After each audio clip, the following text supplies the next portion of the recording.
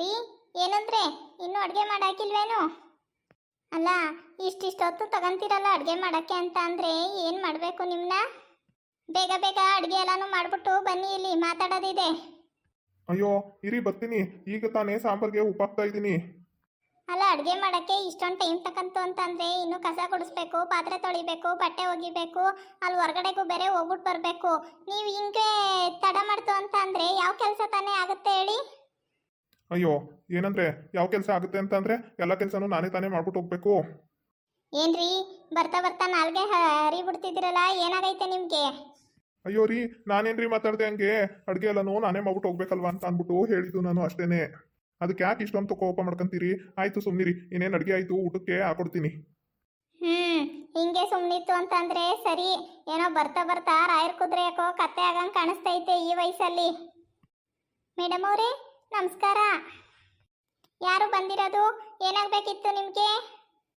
ಅದು ನನ್ನ ಹೆಸರು ಭಾನು ಅಂತ ಅಂದ್ಬಿಟ್ಟು ಇಲ್ಲಿ ಹೊರಗಡೆ ಮನೆ ಖಾಲಿ ಇದೆ ಅಂತ ಅಂದ್ಬಿಟ್ಟು ಬೋರ್ಡ್ ಹಾಕಿದ್ರಲ್ಲ, ಅದಕ್ಕೆ ಮನೆ ನೋಡೋಣ ಅಂತ ಅಂದ್ಬಿಟ್ಟು ಬಂದೆ. ಓ, ಮನೆ ನೋಡೋಕ್ಕೆ ಅಂತ ಅಂದ್ಬಿಟ್ಟು ಬಂದಿದ್ದೀರಾ? ಬನ್ನಿ ಬನ್ನಿ. ರೀ, ನೀವು ಹೋಗಿ ಆ ಮನೆದು ಕೀ ಇದೆಯಲ್ಲ ಅದನ್ನ ಎತ್ಕೊಂಡು ಬರೋಗಿ. ಮತ್ತೆ ನೀವು ಯಾವ ಥರ ಮನೆ ನೋಡ್ತಾ ಇದ್ದೀರಿ? ಸದ್ಯಕ್ಕೆ ಯಾವುದಾದ್ರೊಂದು ಸಿಂಪಲ್ ಆಗಿರೋ ಮನೆ ಸಿಕ್ಕಿದ್ರೆ ಸಾಕಾಗಿದೆ ನಮಗೆ. ಸಿಂಗಲ್ ಬೆಡ್ರೂಮ್ ಆದ್ರೂ ಸರಿನೇ.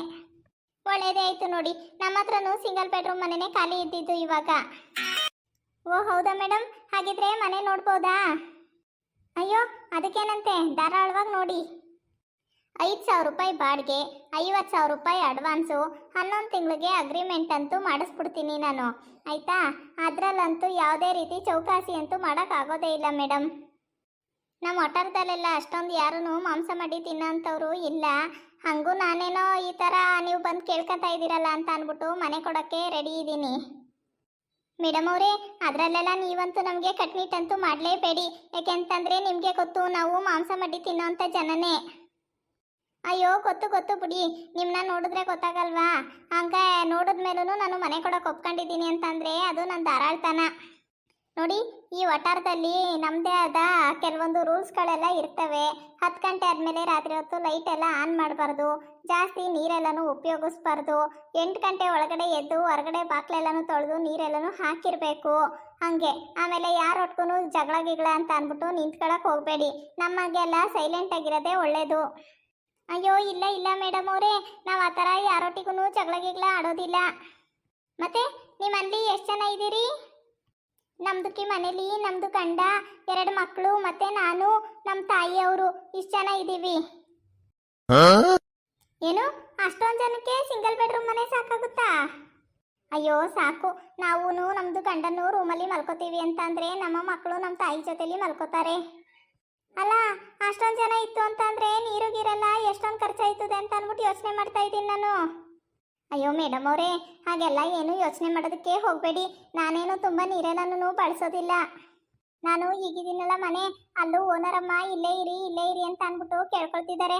ಆದರೆ ಒಂದು ಸ್ವಲ್ಪ ಬಾಡಿಗೆ ಜಾಸ್ತಿ ಮಾಡ್ತೀನಿ ಅಂತ ಅಂದ್ರು ಅಂದ್ಬಿಟ್ಟೆ ನಾನೇ ಮನೆ ಹುಡ್ಕೊಂಡು ಓಡಾಡ್ತಾ ಇರೋದು. ಹೀಗೆ ನಾವು ಒಳ್ಳೆ ಜನನೇ, ಅದಕ್ಕೋಸ್ಕರನೇ ಅಲ್ಲಿರೋ ಓನರೂ ಖಾಲಿನೇ ಮಾಡಬೇಡಿ ಬಾನು. ನೀವಿಲ್ಲ ಅಂತಂದರೆ ನಮಗೆ ತುಂಬಾ ಬೇಜಾರಾಗುತ್ತೆ. ನೀವನ್ನ ಬಿಟ್ಟು ನಮಗೆ ಬೇರೆ ಯಾರಿಗೂ ಮನೆ ಕೊಡೋಕ್ಕೆ ಇಷ್ಟ ಇಲ್ಲ ಅಂತ ಅಂದ್ಕೊಂಡೆಲ್ಲ ಅಳ್ತಾ ಇದ್ರು ಗೊತ್ತಾ? ಏನಪ್ಪ, ನೀವು ಹೇಳ್ತಿದ್ದೀರಿ ಅಂತ ಅಂದ್ಬಿಟ್ಟು ನಾವು ಕೇಳ್ಕೊಂಡು ನಂಬ್ತಾ ಇದ್ದೀವಿ ನಿಮ್ಮನ್ನ. ನೋಡಿ, ಗಲಾಟೆ ಮಾಡೋದಾಗ್ಲಿ, ಈ ಮಕ್ಳುಗಳು ಇಲ್ಲ ಅಲ್ಲಿ ಇಲ್ಲಿ ಅರ್ಚಾಡೋದು, ಕೂಗಾಡೋದು, ಕುಣಿಯೋದು ಇವೆಲ್ಲ ಮಾಡ್ತು ಅಂತಂದರೆ ನಾನಂತೂ ಒಟ್ಟಾರದಲ್ಲಿ ಇರಿಸ್ಕೊಳ್ಳಲ್ಲ ಕಣಪ್ಪ. ನಿಮ್ಮನ್ನ ಬೇಗ ಖಾಲಿ ಮಾಡಿಸ್ಬಿಡ್ತೀನಿ ಅಷ್ಟೇ. ಅಯ್ಯೋ ಹಾಗೆಲ್ಲ ಅನ್ಕೋಬೇಡಿ ಮೇಡಮ್ ಅವ್ರಿ, ನಾವು ತುಂಬ ಸೈಲೆಂಟಾಗಿನೇ ಇರ್ತೀವಿ. ನಾವೇನಾದರೂ ಹೊರಗಡೆ ಬಂದು ಗಲಾಟೆ ಮಾಡ್ತೀವಿ ಅಂತ ಅಂದರೆ ನಮ್ಮದು ಯಜಮಾನರು ನಮ್ಮನ್ನ ಸುಮ್ಮನೆ ಬಿಡ್ತಾರಾ? ಅವರು ನಮಗೆ ಬೈದಾಕ್ಬಿಡ್ತಾರೆ ತುಂಬಾನೇ. ಸರಿ ಸರಿ, ನಿಮ್ಮ ಯಜಮಾನಪ್ಪ ಏನು ಕೆಲಸದಲ್ಲಿರೋದು? ಅಯ್ಯೋ ನಮ್ಮದೇನೆ ಒಂದು ಕೋಳಿ ಅಂಗಡಿ ಇದೆ, ಅವರು ಅದೇ ಬಿಸ್ನೆಸ್ ಮಾಡ್ತಾರೆ. ಏನು ಬಿಸ್ನೆಸ್ ಮಾಡ್ತಾರಾ? ಆದಾಯ ಎಲ್ಲ ಚೆನ್ನಾಗೈತೆ ತಾನೆ ನಿಮ್ಮ ಅಂಗಡೀಲಿ? ಅಯ್ಯೋ ಯಾಕೆ ಈ ಥರ ಕೇಳ್ತಾ ಇದ್ದೀರಾ? ಯಾಕೆ ಅಂತಂದರೆ ಆಮೇಲೆ ಆದಾಯನೇ ಆಗಲಿಲ್ಲ, ನಮಗೆ ಲಾಭನೇ ಬರಲಿಲ್ಲ, ಬಾಡಿಗೆ ಕಟ್ಟಕ್ಕೆ ಐಕಿಲ್ಲ, ಈ ತಿಂಗಳು ಮುಂದೊಂದು ತಿಂಗಳು ಕೊಡ್ತೀವಿ ಅಂತ ಅಂದ್ಬಿಟ್ಟು ಕೈ ಎತ್ಬಿಟ್ರೆ ಏನು ಮಾಡೋದವ ಬಾಡಿಗೆಗೆಲ್ಲ? ನಾನು ಅದಕ್ಕೇನೆ ಯಾರು ಕೆಲಸದಲ್ಲಿರೋರು ಬಂದರೆ ಆ ಮನೆ ಕೊಡೋಕ್ಕಾಗತ್ತೆ ಅಂತ ಅಂದ್ಕೊಂಡು ಮನೆನ ಖಾಲಿ ಬಿಟ್ಕೊಂಡಿದ್ದೆ.